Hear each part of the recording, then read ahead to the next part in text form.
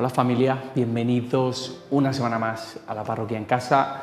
Buenos días o buenas tardes o buenas noches, no sé cuándo estarás viendo esto, pero me da igual porque estoy contento de que podamos compartir este ratito y de que podamos disfrutar de este tiempo y sobre todo que este tiempo pueda ser útil para que demos un paso más en nuestro camino con Jesús.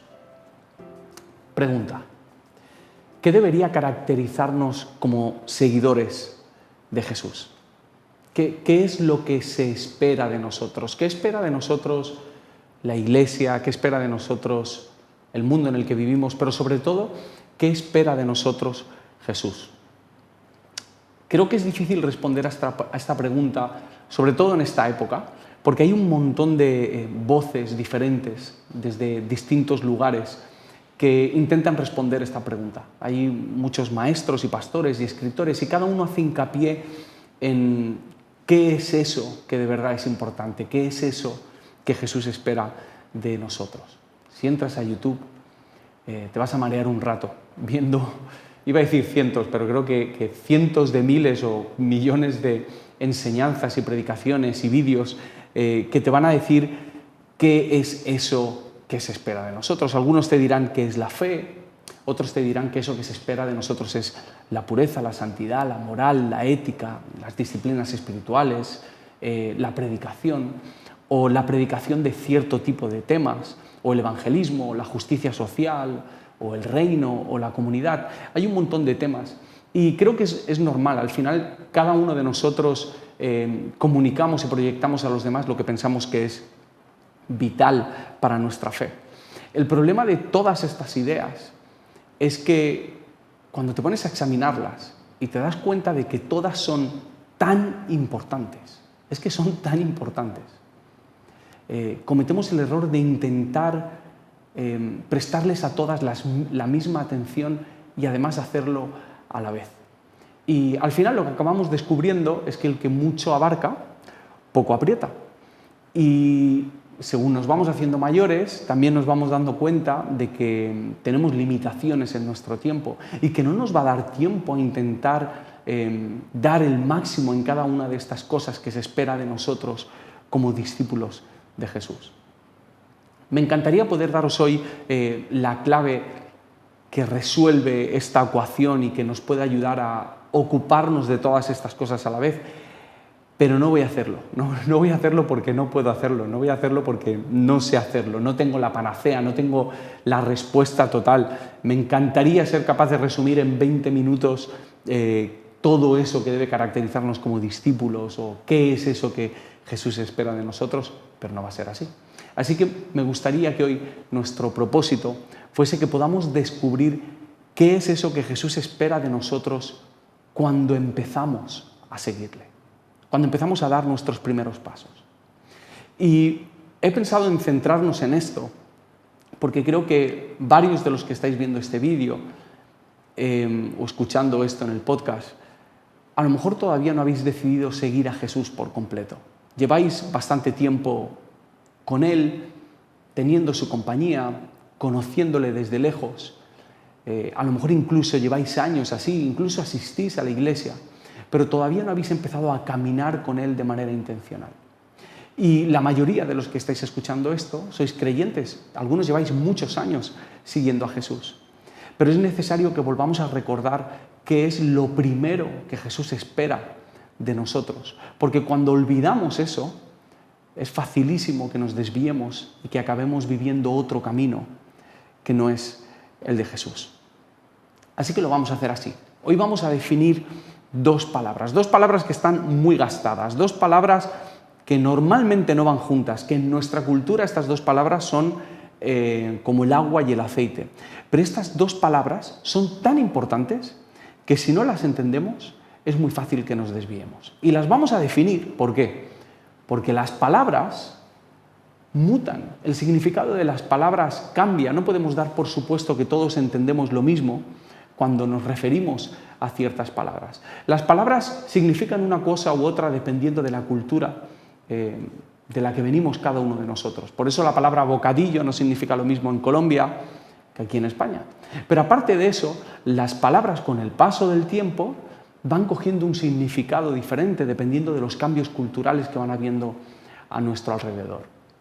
Hay palabrotas que antes eran palabrotas, pero hoy en día se pueden utilizar casi como piropos. Y la misma palabra que te sirve para insultar al árbitro en un partido puede ser la misma palabra que te sirve para alabar a tu delantero favorito. Hay palabras que antes significaban algo totalmente distinto. Por ejemplo, la palabra alienígena existe desde hace mucho tiempo y al principio se utilizaba para referirse a los extranjeros. Era casi como el antónimo de indígena. Indígena es el que es del pueblo y alienígena es el que era de un pueblo extranjero. O la palabra ordenador, antes de que existiesen los ordenadores, significaba el que ordena. Muy originales, ¿vale? Pero estas palabras simplemente son anecdóticas. Hay otras palabras que son muy importantes porque son conflictivas. Y dependiendo de cuántas veces las has escuchado, de quién te las ha dicho, de cómo te las ha dicho, si te las ha dicho susurrando, si te las ha dicho gritando, si te las ha dicho exigiendo, esas palabras acaban sacando de nosotros una reacción u otra. Y me gustaría que nos centrásemos en dos de estas palabras. Creo que cuando os diga la primera palabra me vais a entender cuando me refiero a palabras conflictivas. Aquí va la primera palabra, la veis en pantalla. Los que estáis escuchando en Spotify os lo digo, radical. La palabra radical para algunos de vosotros puede significar una palabra relacionada con el honor, con la virtud o con la madurez, pero para la mayoría la palabra radical no es una palabra agradable. Es una palabra que relacionamos con el fanatismo, con esas personas que cometen acciones extremistas, personas tajantes, intransigentes, ese religioso que condena a todo el mundo, que viste de una manera muy particular, o el hincha de un equipo que queda con los hinchas del equipo rival para pegarse, o el terrorista que es capaz de sacrificar su propia vida y la de otras personas por defender una verdad, entre comillas, o con esa persona que no es capaz de dialogar, que siempre está gritando, que tiene la cara pintada o que siempre lleva una bandera encima. Para nosotros el radical está muy asociado con este tipo de personas. Por lo tanto, es una palabra que no queremos que se asocie con el Evangelio. No queremos que a nosotros se nos defina como personas radicales, ni a los cristianos. Sin embargo, cuando leemos los Evangelios, vemos que el camino al que Jesús invitaba a sus discípulos era un camino radical, aunque no queramos admitirlo. Voy a leeros solo 3 momentos de los muchísimos que hay en los Evangelios en los que podemos darnos cuenta que seguir a Jesús es algo radical. Lucas 14, versículo 26. Atención, si alguno de ustedes quiere ser mi discípulo, tendrá que amarme más que a su padre o a su madre, más que a su esposa o a sus hijos, y más que a sus hermanos o a sus hermanas. Ustedes no pueden seguirme a menos que me amen más que a su propia vida. Versículo 33 dice, por eso piénsenlo bien, si quieren ser mis discípulos, tendrán que abandonar todo lo que tienen. En Mateo 16 Jesús dice esto, si ustedes quieren ser mis discípulos, tienen que olvidarse de hacer su propia voluntad, tienen que estar dispuestos a cargar su cruz y a hacer lo que yo les diga. Si solo les preocupa salvar su vida, la van a perder. Pero si deciden dar su vida por mi causa, entonces se salvarán. Esto suena bastante radical. Esto es lo primero que Jesús espera de nosotros. La invitación que Jesús nos hace deja desde un primer momento clara que la radicalidad va a formar parte de ella. Pero si nos fijamos, este tipo de radicalidad no tiene que ver con gritar o con pintarse la cara de un color determinado. La palabra radical en su etimología viene de la palabra raíz. Es decir, la persona radical es aquella que pone la raíz en un área, en un tema en particular, y crece y se comporta en respuesta a esta raíz. Vamos a pensarlo así. Imaginemos que somos un árbol, ¿vale? Pues la raíz es la idea en la que nosotros nos plantamos, y el tronco y las ramas y los frutos son las acciones y el comportamiento que fluye de esa raíz. todos nosotros, de una o de otra manera, somos radicales en unas o en otras ideas. Es decir, plantamos nuestra vida sobre ciertas ideas, echamos raíces sobre ciertas ideas y damos los correspondientes frutos. En realidad, nuestro problema no está con la palabra radical. Nuestro problema no es la palabra en sí, ni siquiera tenemos un problema con las personas radicales. Nuestro problema es con el tipo de radicalidad. ¿En dónde han puesto su raíz esas personas que por lo que sea no nos gustan? Hay gente cuya raíz es el dinero, sean ricos o sean pobres, y todo lo que brota de esa raíz es avaricia, es egoísmo, es tacañería. Para otras personas su raíz es la moral cristiana y todo en lo que se fijan es en el comportamiento, normalmente en el comportamiento ajeno y muy poco en el propio. Para otros la raíz es una vida de experiencias místicas y religiosas, gente que vive siempre en las nubes y su camino con Jesús es tan abstracto que no se ve. Como mucho lo sientes o lo experimentas. Y para otros su raíz puede ser, por ejemplo, la política, o puede ser el mundillo cristiano en el que vivimos, o pueden ser ciertas relaciones de su vida. Pregunto, ¿dónde debe poner su raíz? ¿Dónde debe echar raíces un seguidor de Jesús? En la carta a los Colosenses vemos una respuesta muy clara a esto. Pablo, cuando escribe esta carta, la escribe a una ciudad, una iglesia que está en la ciudad de Colosas, que está pasando por una situación más parecida a la nuestra de lo que podríamos pensar. Porque la influencia cultural y religiosa de la ciudad de Colosas estaba teniendo cierta influencia sobre la iglesia y ese ambiente cultural incluía una mezcla de religiones. Esto se llama sincretismo. Se mezclaba por un lado las ideas algunas ideas de los judíos, por otro lado el gnosticismo. El gnosticismo es una filosofía que separa el cuerpo de la mente y para ellos lo importante era lo que tú pensabas y lo que había en tu intelecto, aunque tus acciones fuesen totalmente contrarias a lo que tú opinabas. Y habían otras ideas místicas de otras religiones y prácticas diferentes. Así que en medio de toda esta ensalada de ideas que parece que estaba influyendo a la iglesia en Colosas, Pablo dice esto, Colosenses 2, versículos 6 al 7. Puesto que habéis aceptado a Cristo como Señor, comportaos ahora de manera consecuente. Que Él sea cimiento y raíz de vuestra vida. Manteneos firmes en la fe, según lo que aprendisteis, y vivid en incesante acción de gracias. Fijaos en el versículo 7, que Él, Jesús, sea cimiento y raíz de vuestra vida. Para Pablo, el discípulo radical es el que tiene su raíz puesta en Jesús.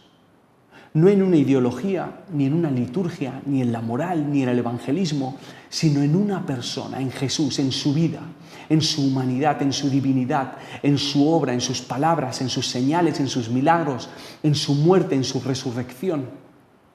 El discípulo radical es aquel que pone su confianza total y echa raíces en aquel que no muere, en Jesús.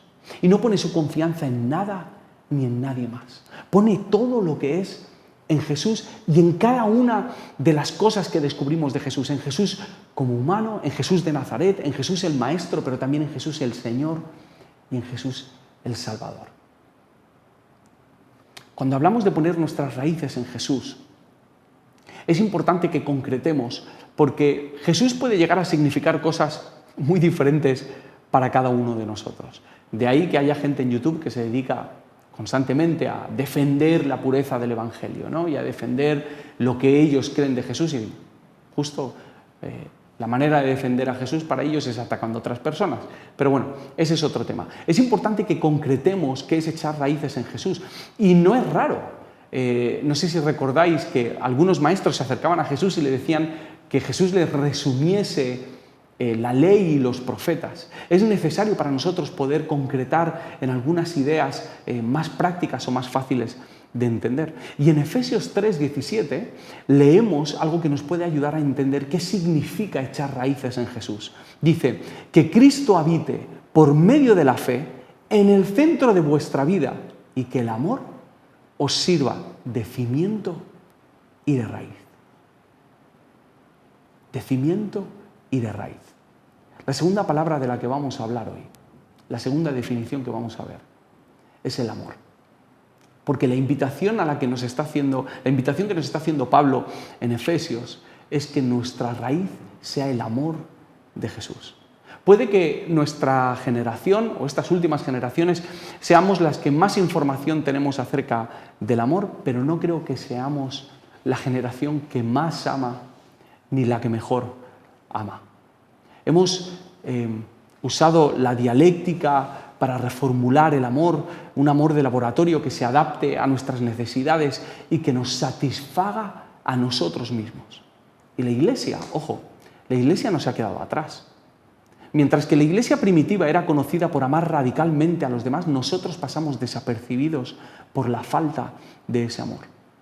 Nosotros estamos convencidos de que amamos, de que sabemos lo que es el amor. Queremos enseñarle a todo el mundo lo que es el amar. Nosotros tenemos el copyright del amor, tenemos los versículos adecuados, sabemos que Dios es amor. Incluso nos enfadamos y nos indignamos y nos frustramos muchísimo cuando otras personas se adueñan de la palabra amor para sus intereses y sus propósitos. Pero la realidad es que como Iglesia, en muchas ocasiones, fallamos a la hora de encarnar el amor de Jesús, a la hora de poner nuestra raíz en el amor de Jesús.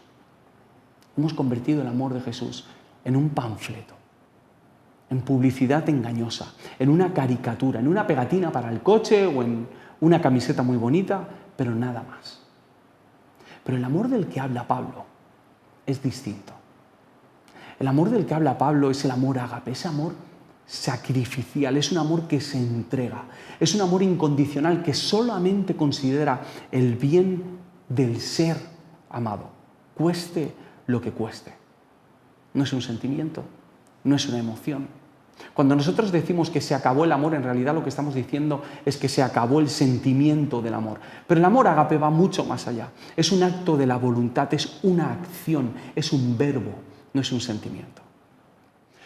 Cuando decimos que nuestra raíz es el amor de Jesús, nos estamos refiriendo principalmente a tres cosas. La primera, nos estamos refiriendo al amor de Dios hacia nosotros. Ese amor sacrificado, que Él se entregó por nosotros, no con el sentimiento, porque a nadie le apetece morir por los demás, por muy bonito que sea, por muy precioso que sea el propósito y el final de la historia. A nadie le nace de manera natural morir por los demás. Nadie se levanta un día y dice, oye, qué bonita ha quedado la tarde del domingo para morir por otra persona. No es así. Es un amor que se entrega por los demás. Y el discípulo radical es aquel que reconoce que Dios le ha amado hasta la muerte y se entrega para seguir siendo amado por ese mismo Dios. La segunda forma en la que somos radicales en el amor de Jesús es amando a Dios, amándole sobre todas las cosas y viviendo en respuesta a ese amor y empezando a vivir un proceso de entrega en el que poco a poco Él va perfeccionándolo en nosotros por su gracia para que cada día amemos más y mejor a Jesús. Y la tercera manera en la que somos radicales en el amor de Jesús es amando a los demás. El discípulo radical no tolera a los demás, ama a los demás. La tolerancia es un invento que ha rebajado el amor y lo ha hecho un poquito más fácil y más asequible para todos. Para poder amar, entre comillas, tolerar a todos aquellos que no son como nosotros. Pero este amor no tolera a los enemigos, ama a los enemigos. Ese es el amor del que estamos hablando. En Romanos 5 leemos que dice que cuando nosotros éramos enemigos de Dios, Él hizo las paces con nosotros a través de la muerte de su Hijo. Ese es el tipo de amor del que estamos hablando. Estamos llamados a amar incluso a nuestros enemigos. ¿Quieres saber qué se espera de nosotros? ¿Quieres saber qué espera Jesús de nosotros cuando empezamos a caminar con Él? Muchísimas cosas, muchísimas. Pero lo primero que espera es que seas radical dejándote amar por Dios. Que sane cada herida, que te entregues por completo, que dejes que te siga amando, que dejes a un lado la vergüenza, la impotencia, los complejos y que te abrace con su misericordia. Lo siguiente que espera Jesús es que seas radical amando a Dios con todo lo que eres, entregando cada área de ti. Y lo tercero que espera Jesús es que le ames radicalmente a Él y a los demás, al que es diferente a ti, incluso al que es tu enemigo. Hay 3 momentos muy significativos en la vida de Pedro y que creo que son un reflejo de nuestro camino con Jesús. El primero de esos momentos lo encontramos en Juan 18. Es el momento en el que fueron a arrestar a Jesús y Pedro saca la espada y le corta la oreja al siervo del sumo sacerdote. Le corta la oreja porque no podía permitir que se llevasen a su maestro. Pedro estaba siendo radical, estaba siendo muy radical, sin duda, pero estaba siendo radical a su manera. Estaba poniendo su radicalidad en los motivos equivocados, en una imagen de Jesús equivocada. El segundo momento que me parece muy significativo de la vida de Pedro es cuando niega a Jesús.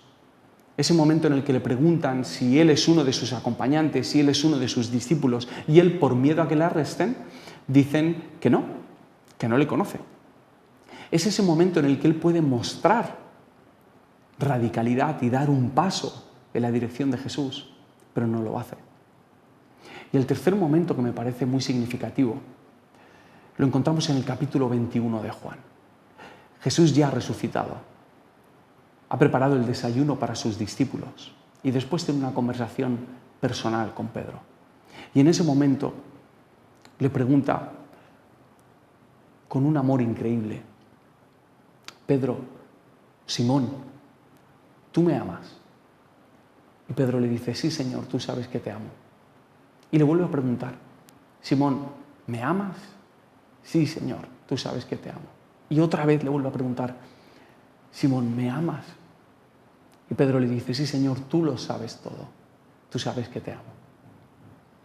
A cada una de estas respuestas de Pedro, Jesús le responde con un: pues apacienta mis ovejas, cuida a mis ovejas.